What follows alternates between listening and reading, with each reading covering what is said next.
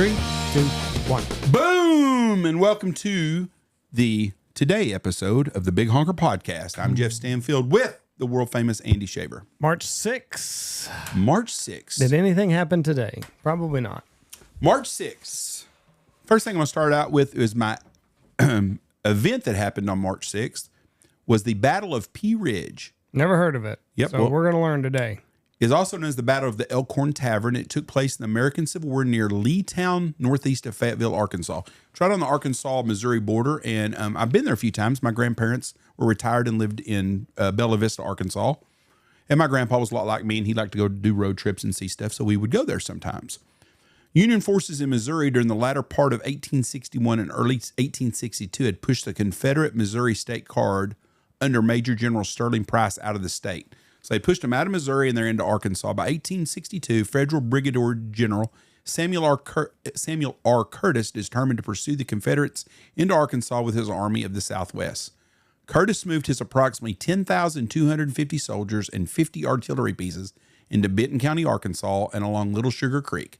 The Federal forces consisted primarily of soldiers from Iowa, Indiana, Illinois, Missouri, and Ohio. Over half of the Union soldiers were German immigrants grouped over the 1st and 2nd Divisions, which were under the command of Brigadier General Franz Sigel, a German immigrant who had expected to command the army forces into Arkansas. Upon learning that General Curtis was appointed in command, Sigel threatened to resign. The predominantly native-born regiments were assigned to the 3rd and 4th Divisions in order to create an ethnic balance. Price and his troops pulled back into Arkansas along Wire Road at a rapid pace, with Curtis not far behind. There were skirmishes between Federal and Confederate troops at Potts Hill and Little Sugar Creek as Confederate reinforcements reached Price to combine forces against Curtis. Excuse me. Warned by scouts and Arkansas Unionists, Curtis rapidly concentrated his outlying units behind Little Sugar Creek, placing William Vandemer's 700-man brigade, who marched 42 miles in 16 hours from Huntsville to Little Sugar Creek. Anyways, they had a big battle there, and it happened at Pea Ridge forces in Arkansas, and you can go check it out. But anyways, that was one of the few things. March 6th didn't have a lot of shit happen. No? But March 6th, that was what happened big, was the battle at Pea Ridge. Now, I'm going to put a little Texas spin on here. We love Texas. Born on March 6th was a gentleman named Bob Wills. Do you know anything about Bob Wills? No. He is the king of Texas swing. He would have been kind of like a modern day George Strait. Oh, okay. He was an American Western swing musician, songwriter, and band leader. Considered by music authorities as the founder of the Western swing, he was known widely as the king of Western swing. Through Space Cooley self-promoted the moniker King of Western Swing from 42 to 69. He also is noted for punctuating his music with his trademark, aha, come on in. Willis formed several bands and played radio stations around the South and West until he formed the Texas Playboys in 1934 with Wills on fiddle, Tommy Duncan on piano, and vocals rhythmist guitarist June Wallen, tenor bassist Johnny Lee Willis, and Kermit Whalen also played steel guitar and bass. Oklahoma guitar player Eddie Shamblin joined the band in 1937, bringing jazzy influence and arrangements. The band played regularly on Tulsa, Oklahoma radio station KVOO and added Leon McCoffey as a steel guitarist. They come on the scene nationally in the 40s. They had a hit called Steel Guitar Rag and a song called San Antonio Rose, which I'm sure you have heard of. Willis and the Texas Playboys recorded with several publishers and companies, included Vocalion, OK, Columbia, and MGM. In 1950s, Willis had 2 top 10 hits, Ida Red, Likes the Boogie, and Faded Love, which were his last hits for a decade.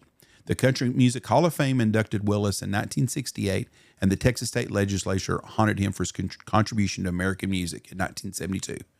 He was born on a cotton farm in Cost, Texas.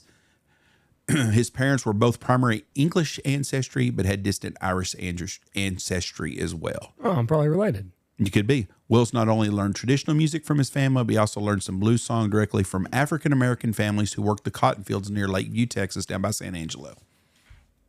Anyways, he is a proud Texan. He had a band called the Texas Plowboys, or the Texas Playboys. They relocated to Waco, Texas. Willis found enough popularity there to decide on bigger markets. They left Waco in 1934 for Oklahoma City. Wills soon settled the renamed Texas Playboys in Tulsa, Oklahoma, and began broadcasting noon shows over the 50,000-watt KVOO radio station. In 1940, Willis, along with the Texas Playboys, co-starred with Tex Ritter in Take Me Back in Oklahoma. Tex Ritter is born in Benjamin, Texas, too. And that is John Ritter's dad, the famous guy that was in Three's Company. Anyways, Bob Wills was one of the most famous people in Texas, was the king of Texas music, and he was born on this day. And my last Texas spin for this was a gentleman named Davy Crockett died on this day. I'm betting at the Alamo. Yes, very good. Crockett grew up in East Tennessee, where he gained a reputation for hunting and storytelling. He made a colonel in the militia of Lawrence County, Tennessee, and was elected to the Tennessee State Legislature in 1821. In 1827, he was elected to the U.S. Congress, where he vehemently opposed many of the policies of President Andrew Jackson, especially the Indian Removal Act. Crockett's opposition to Jackson's policies led to his defeat in the 1831 elections. He re-elected in 1833, then narrowly lost in 1835, prompting his angry departure to Texas, then the Mexican state of Tejas shortly thereafter. In early 1836, took part in the Texas Revolution and died at the Battle of the Alamo. So Davy Crockett is like Donald J. Trump. He wasn't born in Texas, but by God, he was a Texan and had a lot of fight in him. So anyways, that is my 49 years old when he died. Yep, young man. You know, they could have left the Alamo. They could have. They had a way out, and they didn't take it. So, looking back, what would we, I mean, you know, part of Texas history, though. Yep, that's right. Texas history would be pretty boring without the Alamo. It sure would be. I missed somebody that died 2 days ago. John Candy died on March 4th. I got mistaken for him one time. Did you? Yep. He was only 43. Was he 43? 43. Died in Durango, Mexico.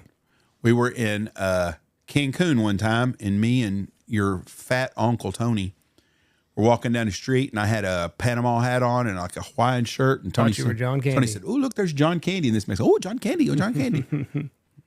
Great actor. Yeah, he was a great actor. Really, really funny dude.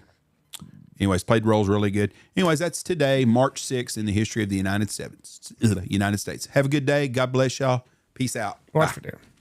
Come on in.